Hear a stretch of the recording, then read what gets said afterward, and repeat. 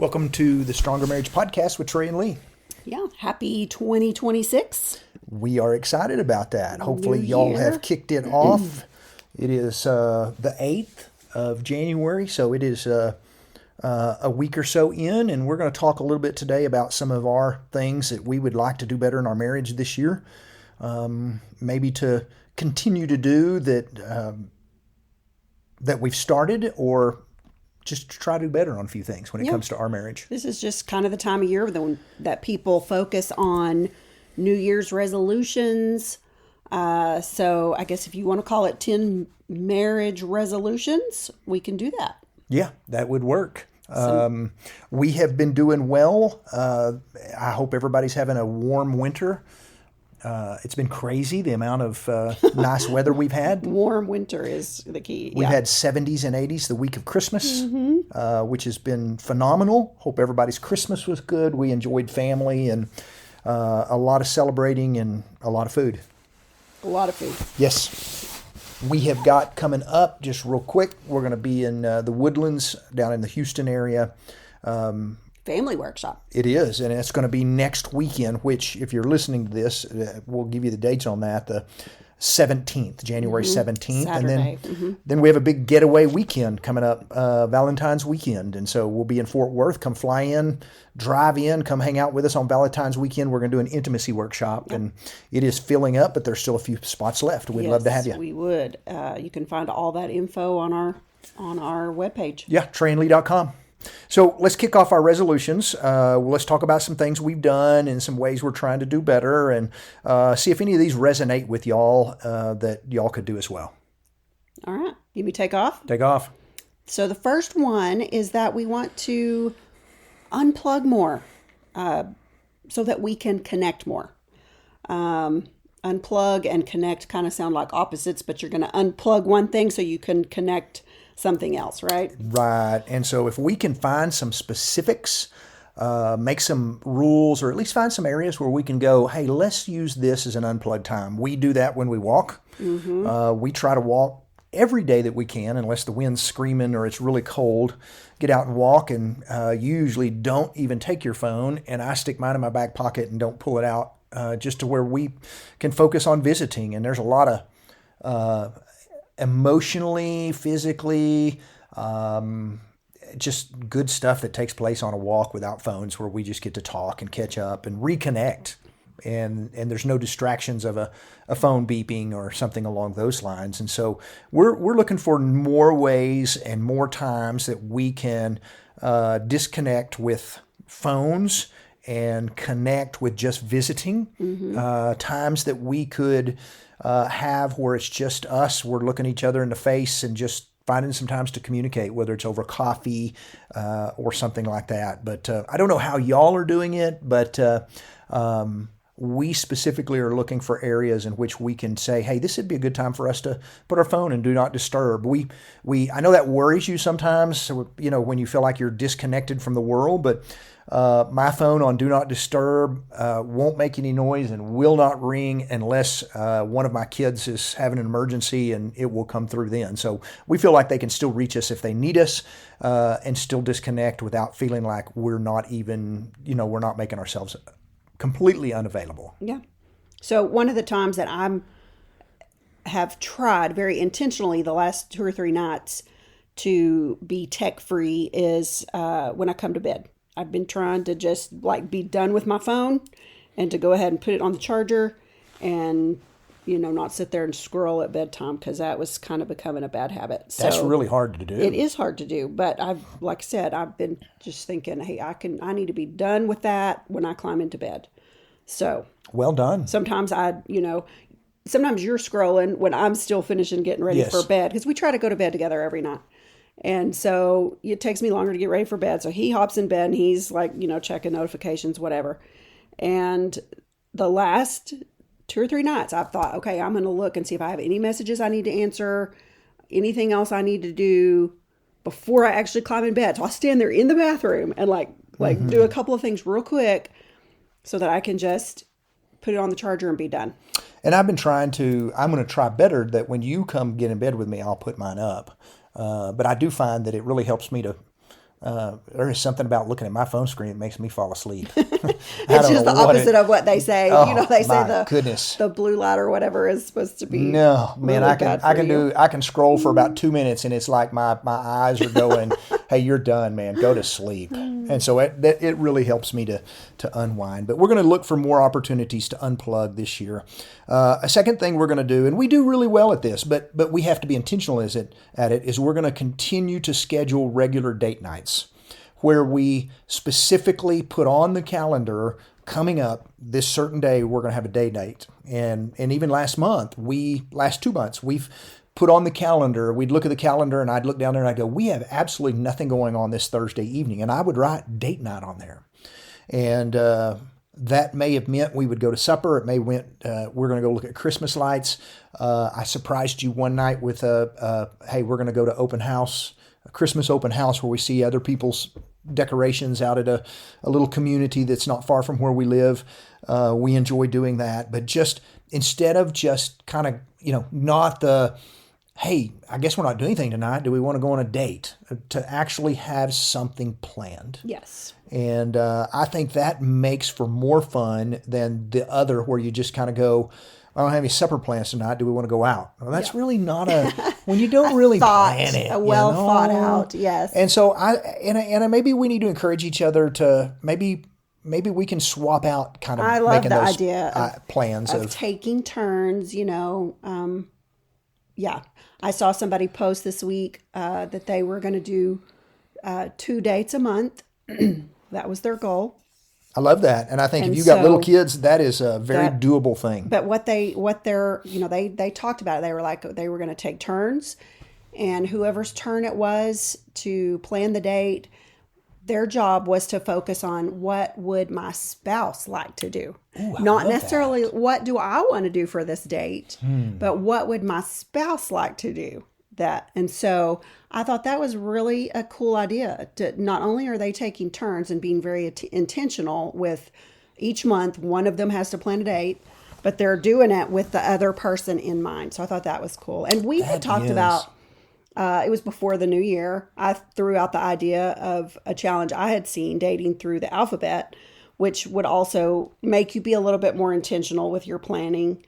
That would be 26 dates a year. So that's about once every 2 weeks. And, your first date, you got to do something that revolves around the letter A. So whether that's a food, a restaurant, an activity. So it's kind of fun. Just kind of makes you think outside the box, maybe try some new things. So we didn't ever land and say, yeah, let's do that, but I think it'd be fun. So if we do, stay tuned. We'll give you updates of what our alphabet dates are going to be. Well, I like the idea. I'm just sitting here thinking that if I know you're taking me on a date tomorrow night that you're planning. Yes. And I'm thinking in a couple of weeks of some things maybe I could do for you. That just sounds like fun. Now we are in a empty nest area of our marriage. And so you some of you are thinking, oh, well, it's so easy. You don't have to do anything with your kids. You don't have to line out a babysitter. And while it may be easier sometimes in empty nest, if you're not careful, you find yourself getting really lazy and just kind of feeling like, well, we just date. We see each other all the time. Why do we need to go on a date? And every night you wind up sitting in front of the TV, streaming a show, which is fine. There's nothing wrong with that. But every night, if you're doing the same thing with no actual date or intimacy planned whatsoever, you're really kind of missing out on that. And so even if you're an empty nester, you need to be planning some specific dates when it's on the schedule. Yeah. I think that is really, really important. If you can pull it off weekly, fantastic, but it needs to be at least bi-weekly. Yes. That is my belief. And that's probably more realistic for most people and busy schedules is a bi-weekly. But yeah, you can definitely do a weekly, even if it's just something simple. Yeah. So let's look at number 3 of 10. Okay. Speak each other's love language. So we are huge on love languages. We feel like you need to know what your spouse's love language is and then speak that because that's their primary way of feeling loved. Mm-hmm. That's their primary way to show love, but it's also their primary way to feel loved. So mine is acts of service, when Trey does things for me, it makes me feel like he really cares about me. Like he's not necessarily, he's doing something he doesn't necessarily want to do, but he's doing it because he knows it will make me happy. Sure. I like it. If I want you to feel loved, I'll do things that are in your love or romance area. And so loving your spouse the way they feel loved is a game changer in your marriage. Yep. And so if you don't know what your spouse's love language is, get on Google, simply Google couple love language test. It is free. It will take you 5 to 10 minutes. You can kind of get an idea if it is acts of service or touch or praise or little gifts and surprises, or if it's quality time. So any of those things, but work hard to speak your spouse's love language, because if you're not careful, you'll want to give them your love language, because that's how you speak love, and they're going to feel loved if I come over here and hug them, and they will, but it's not their Exactly. It's just not their primary way that really fills their love tank. So number 4 on our list is try some new things together. And so I would like to continue this in 2026. We've done some new things last year that were fun, that were kind of out of our comfort zone, that we want to continue. We took a dance class together, or dance lessons. It wasn't a class. It was just private lessons. We went about, 4 or 5 times and did some, that was fun. We do not dance well. Not that we're... Okay, I don't. I'm a guy with, I don't do well, but it was still fun. Yeah. It was good exercise. It's great exercise. It gave us things to laugh about and talk about, and definitely was out of our comfort zone of love of trying new things, because we had not done that. And so this year we want to try some more things. Maybe we want to continue some dance classes. Maybe we want to try some new things. Maybe you could take a painting class. There's just all kinds of things that you could do as a couple that you may not know that you like to do together. Mm-hmm. That is true. And you can, we have the internet at our fingertips. You can actually Google, activities that couples can do together. And you could probably come up with a huge list of things that you could try that you hadn't thought of. You read down there to go, hey, we never thought about doing this. That sounds like fun. Let's try that. So. Yep. One of the things I got for Christmas is a thing that will help us in 26 do something a little different. Lee gave me it looks like a passport. And it's got all the local mom and pop coffee shops in Lubbock. And Coffee passport. And it will tell you where they're located. You go and try coffee and you rate, how did you like the coffee here? Did you eat a cinnamon roll? You write down, and we're going to try to cover all, I don't know how many there were. I don't know how many were in 15 there were or so probably coffee shops. Yes. We like coffee, and this will give us something to do together. We have done one so far this year, and so we're going to have fun doing that. So we're looking for new ways to do things. And I gave you another experience. I remember this. A scavenger hunt that is a local scavenger hunt, kind of around downtown Lubbock. And so we haven't had, the weather hasn't really cooperated with that, I don't think yet. But anyway, when it's a nice day, we'll go and do our online scavenger hunt that'll take us around downtown and explore, and so that'll be fun. So some things like that, that's those are different things to do together. Look for new simple things. And if you're going, hey, I can't afford to do a class right now, I can't afford to do this, maybe it's a time where you just go, hey, we're going to start sitting on the back patio and drinking a cup of coffee together in the afternoon or evening, whatever it is. Number 5 is easy. We think it's easy, but it takes you being intentional. We want to increase our appreciation, which means we want to say thank you more. We want to say I love you more. We want to give more compliments, more sweet text messages that just say, hey, I'm thinking about you today. Maybe not just say I love you, but why do I love you? I love you, or thank you for doing this, or I appreciate this. And so I think anytime you can increase your appreciation for one another and be more intentional about giving that I guarantee you that doesn't hurt your marriage. It's only going to help your marriage. Yeah, absolutely. Yes. I don't really have anything to add to that. Good. That one's excellent. So do number 6 out of 10. So we're going to try to be more emotionally honest. If there's just something that's on your heart, let your spouse know. Did you put this in here? I didn't agree to this. I'm just kidding. Whatever. I'm just kidding. Practicing vulnerability. It's, sometimes you think, I'm going to bring this up and it's going to cause maybe a little bit of conflict. We don't ever like conflict. And so we think, I'm just, I'll sweep it under the rug. It'll get better. It'll go away. I just need to suck it up, buttercup, whatever. But that doesn't help anything get better.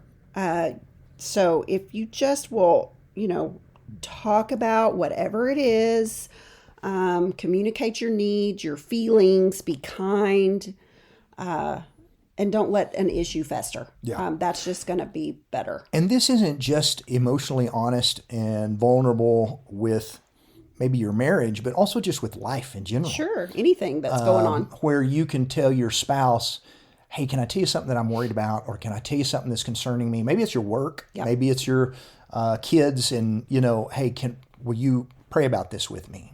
Can we talk this out? Maybe you can help me come up with a plan. Mm-hmm. And so it's not always a marriage thing. Sometimes it's just hey, I need somebody I can talk to. Yeah. Maybe to vent. We talk about in our marriage workshop how honesty is always the best policy in everything. And we talk about, some different ways that people are dishonest. And one of those areas is protectiveness. Like sometimes people lie to protect or keep things from their spouse to protect. They feel like they're protecting them from, worrying about something, or, maybe you are having a hard time at work and you just think, man, I don't want them to worry about that. There's not any reason for me to bring that up. But you need somebody to talk to. You need a safe space. And so don't feel like you're doing them a favor by, keeping important things that are going on in your life from them. Because if you'll be vulnerable and share, that just creates that intimacy that you want in your marriage. Yeah. And that you want to do life together and share those things together. And I'll throw out there, men, if you're listening to this, back this up about 2 bumps and re-listen to it, because this is you that need to hear this, okay? So re-listen to this point and then do it, okay? So number 7 is create a dream budget, or at least figure out a way, work together on some financial goals, maybe to talk about maybe an upcoming trip. What can we do to save some money for a trip we'd like to take together? Retirement may be something that you need to talk about at some time, but the main thing is if you haven't figured out retirement. But the main thing is a dream budget is something that will bless y'all together. And I remember we made a trip, as I really think it was our 10th anniversary, and we had 3 kiddos at the time, and we were going to go to Cancun this may have been our first time away from all these kids for multiple days. Our 10-year anniversary, and we had little kids. And we had very little money at the time, and we started stashing away $5 bills. And we literally would stick a $5 bill in a little container and just, a couple of $3 bills in the middle of the week. And before you know it, that little box of money added up just from going, hey, that little $5 bill, let's stick it back and we'll put that in our whatever fund. And made a big difference. And so maybe you can look at saying, hey, I'll make coffee at home instead of buying coffee for $5 at Starbucks all week long. And, that will save me $25 if I'm drinking coffee there every day. Yeah. But you have to plan for things like that. Yes. I mean, you have to budget for things like that. And I have cut out some pampering things this year because I kind of want to go on like a bigger, I kind of have a bigger trip in mind for us this year that's going to cost some pennies, a lot of pennies. And so I have decided I can give up some of my pampering things because I want to be able to have that big experience that will create a huge memory for us. Yeah, because think about this, your memories, you'll remember a trip like that more than you'll ever remember that, I had my nails done. Absolutely. Or I'm just giving an example. No, that's just it. I've started doing my own nails and I wasn't calling you out on some that. other things because it does. I mean, when you actually figure up how much you're spending on some things like that, or coffee, or eating out, it's pretty amazing when you add it up and you think, wow, that would pay for a trip. So, make a budget. And then, because like you said, you're going to remember that big trip or whatever it is that you want to do a whole lot more than A trip to the nail salon. whatever you're splurging, I'm not saying pampering's good, and I intend to go back to it at Someday. some point.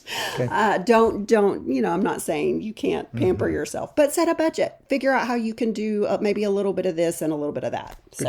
Good call. Number 8, exercise together. We have done this in the past, and we need to continue to do this. The older you get, and I'm not saying we're old, but the older you get, the more important it is that you are keeping your body healthy. That blesses your marriage.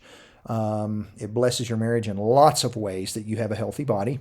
And they're telling you more and more all the time that eating, healthy whole foods and a diet that's high in protein, lean proteins, and walking and lifting weights and exercising. And when you can do that together, now it's good if you do it by yourself, but if you can do that together, it will really bless your marriage because it gives you another thing to talk about. It gives you an accountability partner. It gives someone to challenge you. I like it when my wife sends a message and says, I did legs today and I did my workout. And I'm like, well, I guess I better get mine worked in because if she did hers, I don't want to get left out. So we think exercising together is a very, very important thing to do. And we want that on our 2026 list. And if you're competitive, we always look to see who had the most steps. Oh, we do that every day. So that kind of gets the competitiveness going there a little bit. We love each other, but we battle each other in Wordle every day and different little games we play online and Words with Friends and who had the most steps at the end of the day. So, that's a fun thing to do. Number 9, let's build a bucket list. What are some things we could do this year together? I mean, you mentioned a while ago you'd like to take a big trip. Right. So how do we talked go about doing budgeting that? for things, but so maybe we should have had this one first. Yeah, maybe just the dreaming. Create your bucket list and then set a budget. Sure. But dream together, whether it's a trip, whether it's hey, let's finally remodel that bathroom we've been talking about remodeling for 10 years. It may be. This is going to sound crazy, but it may be as simple as saying, "Hey, let's get that car paid off so that we can start dreaming about a bucket list." Yes. And so maybe it's getting that car with a high interest rate paid off so that you can start doing more things together. So whatever it is, financially do have those discussions about those things. Yep. And then number 10. Prioritize intimacy. This is really important to us because that is a difference between being roommates and being soulmates. It's connection, it's intimacy. Physical and emotional intimacy is really a non-negotiable part of our routine in our marriage. We do not want to live in the same house together as two people who simply live in the same house together and pay bills together or raise kids together. We want connection, and that is where intimacy comes in. And so we will continue to work hard to prioritize intimacy in our marriage. Yes. Sorry, I didn't mean to take that one from you. No, I just was rolling there. Yeah. And really, if you think about it, all of the things that we have mentioned, the other 9 things, help build the emotional intimacy that makes your physical intimacy even better. So that is right. Just to plug our Intimacy Valentine workshop yes. one more time. That's what the whole thing is going to be about. If you've come to one of our workshops, that weekend is not going to be like one of our typical workshops because we are talking all things intimacy that weekend. Recreational intimacy, intellectual intimacy, physical intimacy, yes. Spiritual intimacy. We're going to talk about all the intimacies. All the ways you can build intimacy. We can leave that weekend going, hey, we need to get this intimacy thing rolling. And ways that men and women view intimacy different. So that's right. Think about coming to spend the weekend with us. We would love to have you and figure out which of these 10 you want to make as a resolution. Hopefully all 10 you'll work on, but maybe there's 2 or 3 that you think, yes, those 2 or 3, let's really, really, really plug into this year and be the best that we can be on those things. It's good. And maybe you can listen to this with your spouse or listen to it, then send it to them and go, hey, can we do this together? Is there some things in here you'd like to do? So if you can get your spouse to listen with you or listen to this at another time, it will be a blessing. Absolutely. Thank y'all for joining us. We will Happy see New Year. New Year. We'll see y'all in a few weeks.